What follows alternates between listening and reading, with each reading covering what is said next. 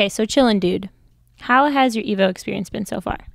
It's been amazing, honestly. There's so many people here, smashers, but fighting game people as well. And I've already seen when I got to the venue within like an hour, I saw two people I haven't seen in 10 years. So it goes to show how many different smashers there are. Pretty much every smasher you can think of is probably here. So it's just in terms of that, in terms of the attendance, it's like the craziest tournament I've ever been to because just almost every person you can think of is here. It's really crazy, and obviously having almost 1,000 entrants is insane as well. So that's been the main thing for me, is just by far the biggest tournament, and it really just overshadows like every other tournament I've been to, just in terms of the number of faces I recognize and stuff like that. So it's been really cool so far.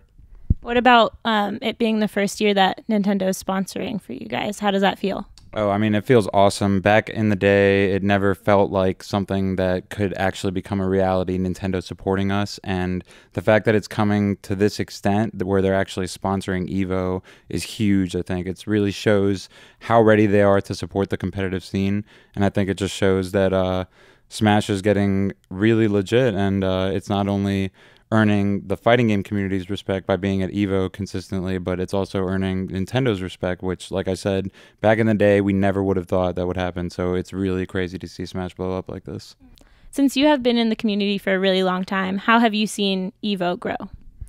Well, the first EVO I went to was in 2007. I believe that was the first time they ever included Smash. And that's actually the last EVO I went to. I didn't get to go last year, and I definitely didn't go to the Brawl one. So it's definitely crazy to see just the level of, I don't know, it was still a huge tournament back in 2007, so it was already tons of people there, but this tournament today just like dwarfs that. It's just incredible how many different people there are from everywhere around the world. It's really insane, and I think it goes to show that EVO is definitely the definitive fighting game tournament at this point. So I'm really excited to see the turnout for Smash. Almost 1,000 players is insane. Would you say that the competition is getting more intense then because there are more competitors? Are you a little worried? Oh, for sure. I mean, I would say that in earlier rounds, since there's so many competitors, the earlier rounds might be a little bit easier than some other major tournaments. But as the tournament gets going, it's already down to 128, I believe. So starting tomorrow, the tournament's just going to be extremely rough for everyone.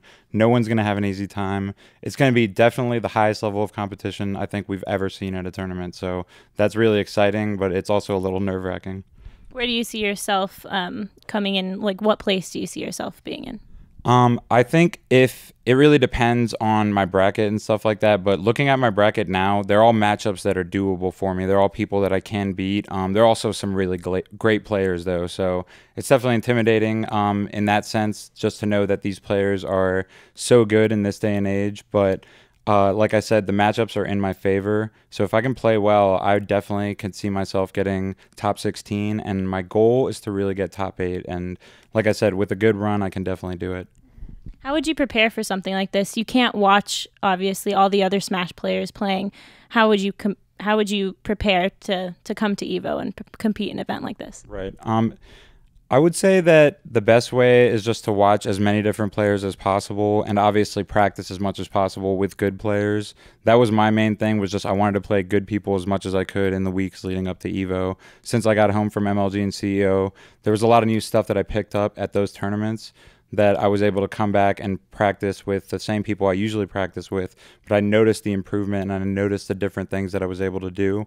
And I think that coming back and applying that was what really helped me improve, because at MLG and CEO, I was just kind of playing. I didn't do as well as I'd hoped in singles for those tournaments.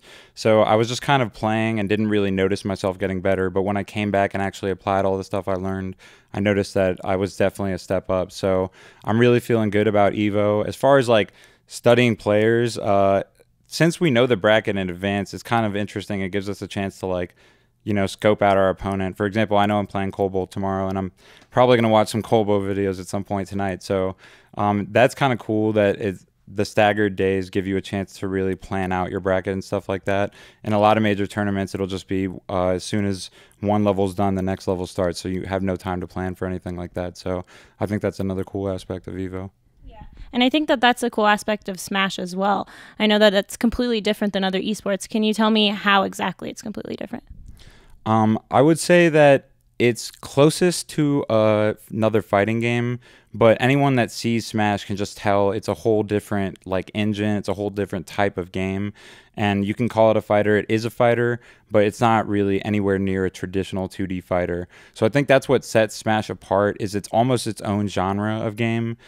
There's no other games. I mean, there's like PlayStation All Stars, which is kind of a Smash clone, but that came out. It's almost its own genre of game. I think that's what really makes Smash so special, and that's what's really brought the community so much growth recently. I think that the Smash documentary and Nintendo's support with the Invitational, us getting into EVO last year, and then MLG and EVO this year, all of that stuff just shows that Smash is a really unique game. It has a lot of entertainment value for people who don't even play the game, which I think is why so many new people got into it after the documentary.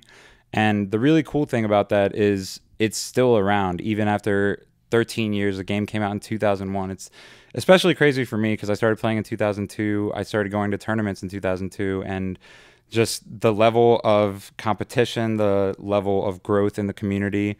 For 10 years or so, it wasn't anything crazy, but now in the past year, we've seen way more growth than we've ever seen before. So that is just crazy to me that a 13-year-old game can still grow faster than it's ever grown before. It really goes to show that Smash is just a special game. What motivates you to keep on going since it is an older game?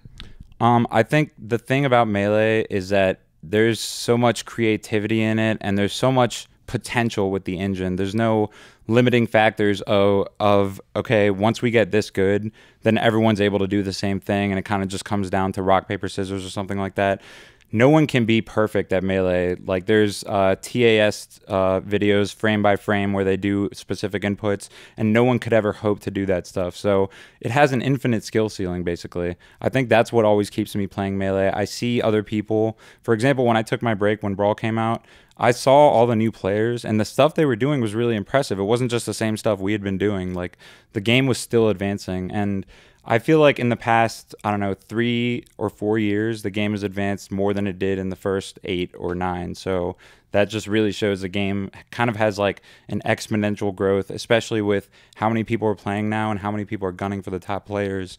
Everyone's practicing all the time, and everyone's getting really close to that, theoretical skill level. But like I said, I don't think anyone can actually get there, and that's what keeps Melee such like an exciting game that I can continue to learn like all the time. I see new things in Melee almost every match I play, which is just crazy to me. Well, good luck to you for the rest of the weekend. And for everyone else, make sure to subscribe for more content. They were telling us they thought it might sell out or like be full, and I thought that was a bit of a high dream, but I think Melee, as much as it is like a technical thing, it's like all mental. So you have to like get yourself ready in the head, and like you got to like start meditating, not meditating, but